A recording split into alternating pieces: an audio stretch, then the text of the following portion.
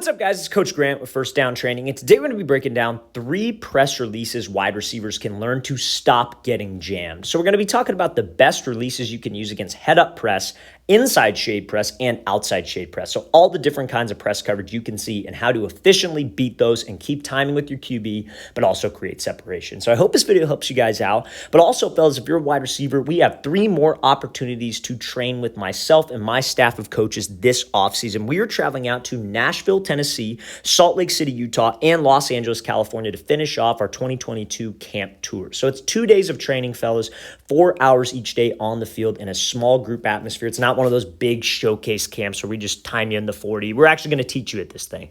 So if you guys want some more information on that, check out that very first link in the description below. Let's get started. So first release here is going to be against head-up press. So head-up press is one of those things where it could go either way, right? I think head-up press is a gift in terms of a wide receiver perspective because you could set this DB up outside, you could set him up inside, you could take an inside or outside release if you run the route correctly. So expect this type of coverage if you have a lot of times where you're a wide receiver and you line up in the middle of the numbers, right? These are the top, that's the bottom of the numbers, and this is the middle. So this is called a dive release. So I'm going to play this thing full speed. This is Amari Cooper when he was at Alabama. Now, a couple things he could clean up on this release. We're going to talk about that as well in terms of after he gets out of the break. But in terms of the steps, this is textbook. So a dive is exactly how it sounds. You are diving to the inside to try to get this DB to think drag, try to get him to think maybe a one-step slant, whatever it might be. But our goal is to get him to open up his hips, crash to the inside so I could slip outside. So I personally love this release on a fade route, a 10-yard out, or a 5-yard out. Maybe sometimes a corner, but anything outside breaking. I wouldn't necessarily use this on like a post route or a dig, but you certainly could. I just wouldn't recommend it because it might take a little bit too long. So what he does here on a dive release is it's essentially 2 steps across this DB's face on a 45. So you take your first step, and it might feel a little awkward at first, but if you guys take kind of this little prep balance step with your front foot, some people call that a false step. That is not a false step. That is just part of the release. But when you take that little prep balance step with the front foot, it allows you to explode with the first step and then break in full stride with the second step. It gives you balance and it gives you explosion to cross this guy's face. Now, what's going to get you separation, because in man coverage, a DB is watching your hips, you have to commit your hips and your shoulders to the drag.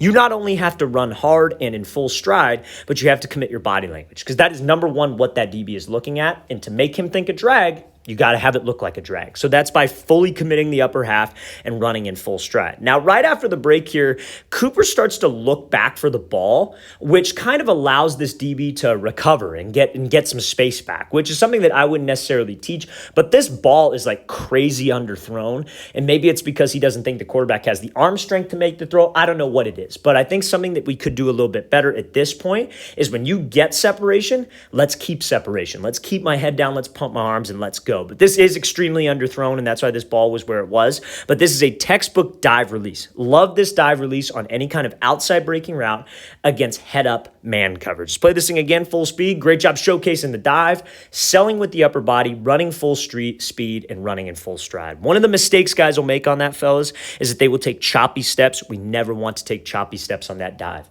Full stride, full speed, and commit.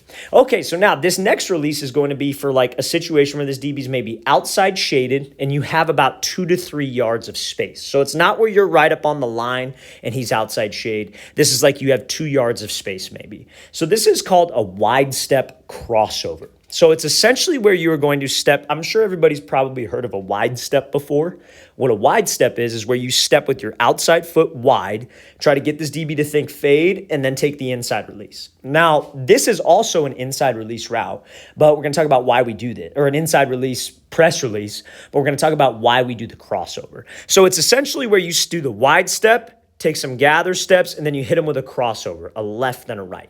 So let's play this full speed. So he goes wide step, 1, 2, and gets that DB to open up the hips and is able to win on this slant. You could use this on a slant. You could do this maybe a little bit faster tempo and run a post, but essentially it's just to make this DB think outside release and to close the gap with him. So you might ask, well, coach, why couldn't I just do a wide step in this situation? Why wouldn't I just step wide and then go? Because there's too much of a gap between the two of you. If you just do the wide step right here, and let's say we get him to jump, you still have to get to the inside. So if you have to take this long angle to get to the inside and there's all this space between the two of you, that space allows the DB to react. So after you do the wide step and you take those gather steps, that's you closing the distance with him. So when you throw the crossover, you can go hip to hip and get separation on the release. But if there's too much of a gap, you ain't going to get any separation on this. So great job by Waddle. This is Jalen Waddle when he was at Alabama. Wide step, gather steps, then he goes inside out, right? Inside jab with the left foot, outside throw with the outside foot, with the right foot. And you see, selling with his hips, selling with his shoulders. Very similar to the dive release, because where's the DB looking at? Hips. So you have to commit with the hips. You have to close the distance. And this wide step double tap or wide step crossover is a great release to use when you have an outside shade DB with about 2 to 3 yards of space. Because again, he's outside shade for a reason. He does not want to give up the outside. So if you threaten him to where he doesn't want to give up, he's going to widen, and that'll give us a little bit more space. And again, doesn't necessarily need to be super far outside. He could be, maybe just shaded half a yard. It doesn't need to be a big shade, but this is something if you need to take that inside release and take what the DB gives you. Let's play this thing again, full speed one more time. One other thing I want to add, fellas, is after the first wide step on this, you see how he takes these kind of 2 gather steps? That's just to get his feet underneath his frame so he has a little bit more explosion and he could throw his hip into the break. You guys always want to operate, maybe not necessarily this close together with your feet, but you always want to operate with your feet underneath your shoulders so you're in a balanced position to where you could throw your hip and explode. Let's play this thing again, full speed one more time. Great job by Waddle here using this wide step crossover. Again, wide step crossover, getting this DB to jump and winning on this slant route. So now, I know a couple of you have been asking about a Hesi release. So a Hesi release is something that we're going to be talking about, a hesitation crossover release here. So a Hesi release is something you want to use. I personally like it when you have maybe an inside shaded DB a little bit. He's not crazy inside shade. How we can tell he's inside shade is because this foot is a little bit off to the right side of him. Not a huge deal though. This could be like head up press, if you will, but we like it against inside shade. We like it when we're trying to take an outside release with inside press or inside man. We're trying to threaten him inside so I get more space to the outside. So let's play at full speed, then we'll break it down. So he hesitates off the line, throws this crossover, and then is able to burst back up. Could have been tighter to the restack, and we'll talk about that. But this is a great example of being patient and using the hesitation. So a lot of people talk about the hesitation release. A lot of people think they know the technique behind it. And so what they'll do is they'll essentially just jump straight up off the line. You never want to do that, fellas. Guys will be here and they'll do a little skip. And that they take both cleats out of the grass, their chest pops up in the air, and that's an easy jam for this DB. What Cooper does here is I want you to see what he does with his back foot. You see how he sticks it in the grass? So he goes here, he takes a jab, and he pushes off of it. That push gives you some explosion, and it'll help you get your feet underneath you for more explosiveness on the cut.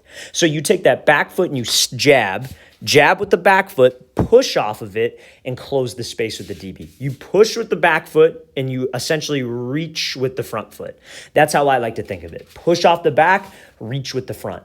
Now, when you're in this position with your feet underneath your shoulders, just like the last example, we could throw a crossover where he goes here, inside, outside, outside, inside, stepping outside the DB's frame, hip and shoulders committed, very similar to the last 2 releases that we talked about. Fellas, your upper half is more important than your lower half. You do want to step wide. You do not want to step negative. You do not want to step inside your frame. You have to step outside the DB's frame, but bring that upper half, bring that hip. And how we do that is by having my feet underneath me. You guys have to understand that if you come off this Hesi release and your base is super wide, when you go to throw this cut, your foot is already essentially going to be where it needs to be, so you have no explosion. You have to keep your feet underneath you, so when you decide to throw this move, you could actually throw the hip with the cut and bring the upper half to the outside. That will get the DB to jump, and that could create some space. Now, Cooper kind of screws up here a little bit because his chest is high up in the air, And so when your chest is high up, you can't take a tight restack angle. If he would have been in a lower pad level position right here, he could have taken a tighter angle and gotten straight back up vertical to restack. But because he kind of leans back, he takes a very wide restack angle, and it allows this DB to kind of recover and close space more than what he would have. So we should already be up into the route. We should already be pressing vertical rather than going wider and away from the contact. You want to set him up, move him off the platform, then go hip to hip with him. But again, that's just a little detail. This DB's throwing hands, so it's instinct to kind of back up a tad. But overall, that is the right type of Hesi release, and that is what we want to use in this situation. Inside shade coverage, maybe about a yard or two off. You want to close the space and then throw your crossover. You wouldn't just throw a crossover from here. You wouldn't just go left then right because there's too much of a gap between you and that DB. Let's play this thing again, full speed one more time. Great job by Cooper, setting him up to the inside. Pushing vertical, just could be a little bit tighter with that restack. All right, fellas, I really want to thank you for watching. I really appreciate it. If you guys have any questions at all, don't hesitate to leave those in the comment section below. Always appreciate the feedback. It's always great to hear from you guys as usual. And again, fellas, if you'd like to come out to one of our off-season camps, we have 3 more left this year. We're coming out to Nashville, Salt Lake City, and Los Angeles, California. So check out that very first link in the description below. I'll see you guys next time.